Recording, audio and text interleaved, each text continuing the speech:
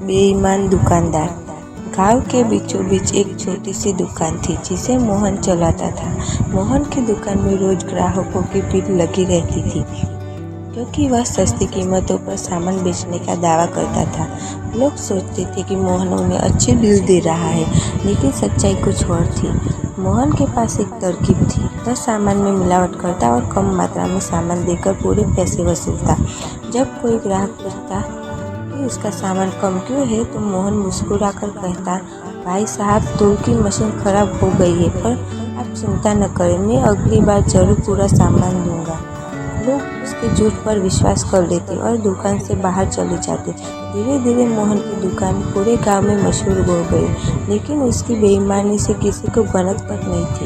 एक दिन गांव में एक अजनबी आया। वह एक साधारण सा दिखने वाला आदमी था, लेकिन उसकी आंखों में कुछ खास था। उसका नाम रामू था। रामू ने गांव में सुना कि मोहन की दुकान बहुत अच्छी है और वह सस्ते में सामान बेचता है। उसने सोचा कि क्यों न वह भी मोहन की दुकान से कुछ खरीदारी करे।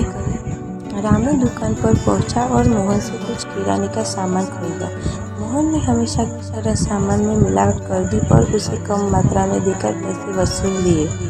रामू ने ध्यान से देखा कि मोहन ने तौल में धोखाधड़ी की है। वह कुछ नहीं बोला और दुकान से बाहर चला गया। अगले दिन रामू फिर से मोहन की दुकान पर पहुंचा। इस बार उसने काफी सारा सामान खरीदा। मोहन ने फिर वही चाल चली और रामू को कम तौल में सामान दे दिया, लेकिन रामू ने इस बार भी कुछ नहीं कहा और मुस्कुराते हुए पैसे चुका दिए। तीसरे दिन रामू ने मोहन के सामने एक प्रस्ताव रखा। उसने कहा, मोहन भाई, मैं आपके सामान से बहुत खुश हूँ। मैं चाहता हूँ कि आप गांव में मेले में अपनी दुकान लगाएं। इससे आपकी दुकान और भी मशहूर हो जाएगी। मोहन को यह प्रस्ताव सुनकर बहुत खुशी हुई। उसने तुरंत रामू का प्रस्ताव मान लिया और मेले की तैयारी करने लगा। मेले के दिन मोहन ने अपनी दुकान सजा ली और ग्राहकों की भीड़ जुटने लगी। हर कोई मोहन के सस्ते सामान को खरीदने के लिए बेताब था, लेकिन इस बार रामू ने कुछ खास योजना बनाई थी। उसने गांव के कुछ लोगों को साथ मिलाकर मोहन की दुकान के पास खड़ा कर दिया।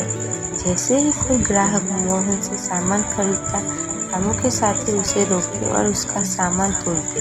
हर बार यह पता चलता कि मोहन ने तौल में कमी की है। जल्द ही यह बात पूरे मेले में फैल गई कि मोहन ग्राहकों को बेवकूफ बना रहा है। लोग उसकी दुकान के सामने इकट्ठा होने लगे और मोहन से जवाब मांगने लगे। मोहन को समझ नहीं आ रहा था कि यह सब कैसे हो गया। उसकी बेईमानी का पर्दाफाश हो चुका था। रामू ने आगे बढ़कर कहा, मोहन भाई, आपके जैसे बेईमान दुकानदारों को सबक सिखाना जरूरी था।